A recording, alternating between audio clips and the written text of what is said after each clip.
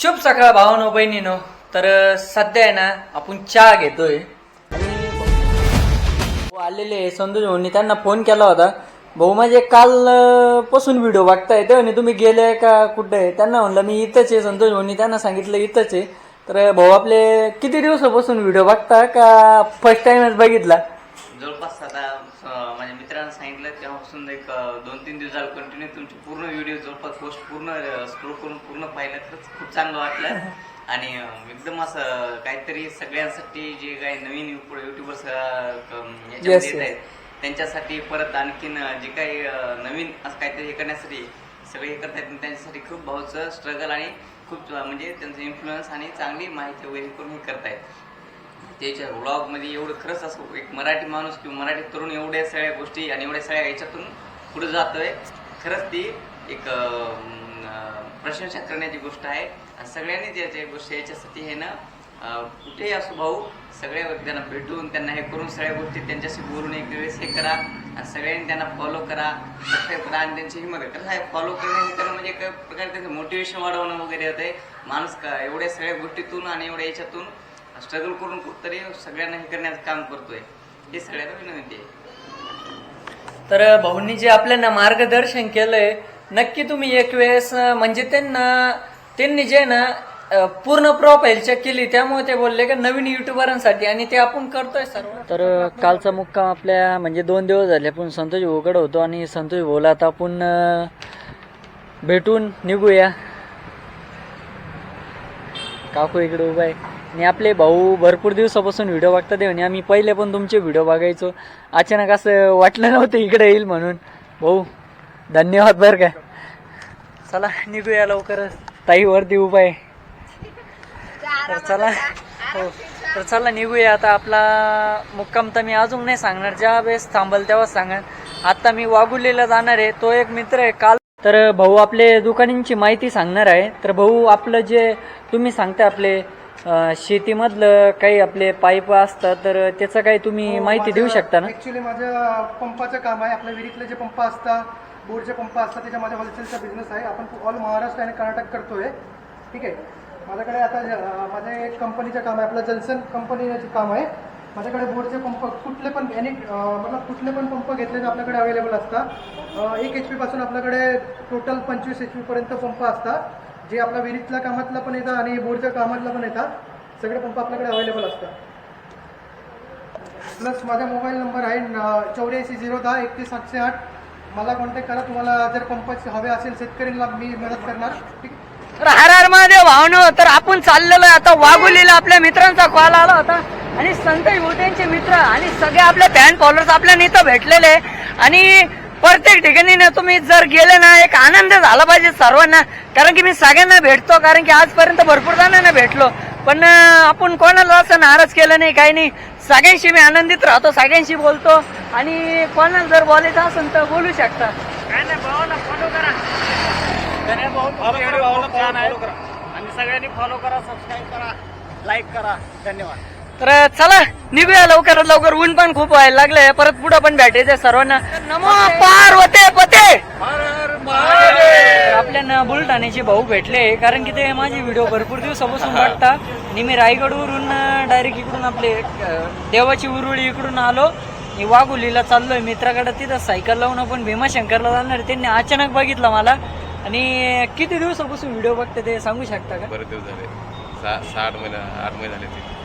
तर 7-8 महिने झाले ते आपले व्हिडिओ बघता. आणि तर भरपूर पाऊस चालू झालेला आहे आणि पाठीमागं बघू शकता माझी सायकल लावलेली तिकडं. तर चला.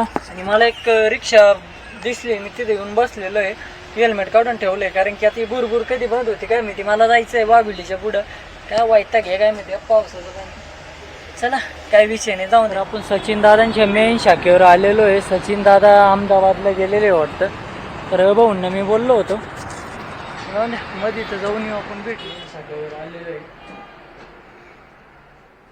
बघू शकता दादांनी सांगितलं आता दादा बाहेर गेलेले पण म्हणलं आता दादांना भेटलं म्हणजे त्यांना भेटलं. ओके कुठून आलते दादा? एक मिनिट मी कोपरगाववरून आलेलो बर आहे. नानांच्या वाढदिवसाला गेलो होतो, पण नानांसोबत असतील का नाही मला नाही वाटलं होतं, पण नानांसोबत बी नव्हते दादा. दादा पण मी आउट ऑफ वाढदिवसाला महाराष्ट्र आहेत, हा म्हणजे बाहेर गेलेले आहेत दादा आता. तरी अंदाज अंदाज सांगू शकत नाही नक्की कधी येणार आहेत दादा ते. वार दिवस नाही ना सांगू शकतच हा नाही. का? हा म्हणजे दुकानावर येत हा, असतील. येतात दादा. आता मी नेमकी इथं मित्राच्या घरी सायकल लावून भीमाशंकरला जाणार आहे बसने. हा 2-3 दिवसांनी येतील दादा. 2-3 दिवस का? हो. म्हणजे आज ऑफर आहे आपले 3, 4, 5 त्या दरम्यान येतील दादा इथे. आज 29 तारीख आहे आज. म्हणजे 30-31 तारखेपर्यंत. आणि बघू आता प्रयत्न करू, नाही तर मग तसं 8व्या महिन्यात आहेच मी परत पुण्याला इकडं. ओके. रायगड इकडं जाणार आहे ना परत. चला बघू आता काय होतं. तर बघू शकता इकडं मेन्स वेअर ते सर्व, कारण की इकडं जीन्स पॅन्ट,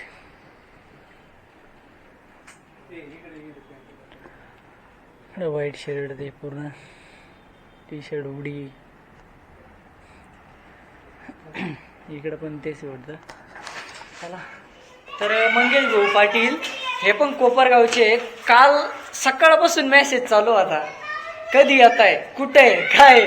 म्हणलं मी मित्राकडे आहे. तर आज म्हणजे किती तारीख असेल, आज 29 तारीख आहे आज. आणि भाऊंना भेटलो फायनली, आणि आपले छोटे छोटे सबस्क्रायबर पण भेटले. वरतून मला आवाज देत होते ते खिडकीमधून. आणि समोर आपली सायकल लावलेली आहे. तर चला आता जाऊया. आपण आता लिफ्ट मध्ये बसलेलो आहे, लॉक झाली लिफ्ट. आता डायरेक्ट 7 नंबर.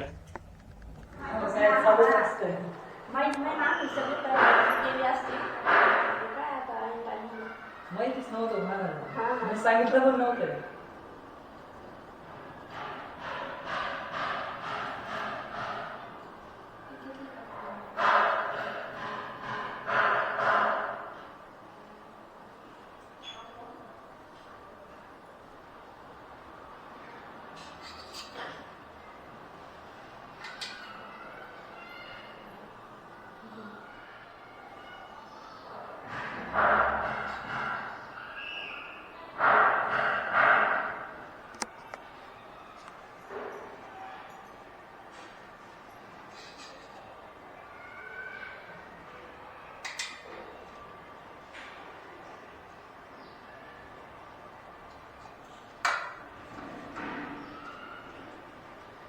आता काकूंनी आणि वहिनींनी वळलेलं आहे, आणि आपले भाऊच व्हिडिओ काढून राहिले, कारण की कोणाला सांगावं काय, मलाच काही समजलं. चला तर सायकल चालवताना टायमिंगच समजलं नाही. 6 वाजत आले आणि 6 वाजता चहा घेतोय. तर तिकडं पण चहा घेत आहे काकू, तिकडं वहिनी. तर चला चहा घेतो पहिले. तर जेवणच करा म्हणते ते, पण आता पहिले चहा करू, चहा पितो आणि मग जेवण करू. तर हा भाऊ आहे, कारण की त्याला मराठी जास्त जमणार नाही, मी पण हिंदीच बोलतो, काही विषय नाही. तर भैया मेरे को तूने कैसे पहचाना? तर मेरे को उसने मेरी सायकल नीचे लगाई है, तो म्हणजे मला 4 नंबर तिथले ना सगळेजण येऊन, मला सगळेजण पोरं येऊन भेटले खाली, कारण की त्याला माहिती नव्हतं. तो पण आला असन, पण माझं लक्ष नव्हतं जास्त. तो डायरेक्ट मम्मीला घेऊन आलाय, आणि तो आणि ते गेले का नाही भेटण्यासाठी, तो डायरेक्ट आला. 2 वर्ष झाले. 2 वर्षामध्ये मी 32,000 किलोमीटर पूर्ण केलंय. आणि आता लोक मी 13 जिल्हे, 5 राज्य, 1 देश नेपाळ कव्हर केलंय. 12 ज्योतिर्लिंग मधले आता हे भीमाशंकर माझं 10वं ज्योतिर्लिंग राहील. अच्छा, देश पण सायकलवरच? हो, नेपाळ. अरे वा. आणि आता तुमचं टार्गेट किती, म्हणजे असं? टार्गेट लेह लडाख पर्यंत 60,000 किलोमीटर. आता शिक 32,000 झालंय, अजून 29,000 किलोमीटर बाकी. अजून रामेश्वर राहिलं, झारखंड मध्ये वैद्यनाथ राहिलं. आणि आता तुम्ही इथून घरी जाणार आणि परत घरी जाणार आता, कारण की मागच्या दिवाळीला घरी नव्हतो मी. मागच्या दिवाळीला मी नेपाळमध्ये होतो, त्यामुळे आता मला पण या दिवाळीला थांबावं लागेल इथंच घरी. बरोबर. घरी आई वडील नाही, वारलेले आई वडील. अच्छा. आजी, एक भाऊ.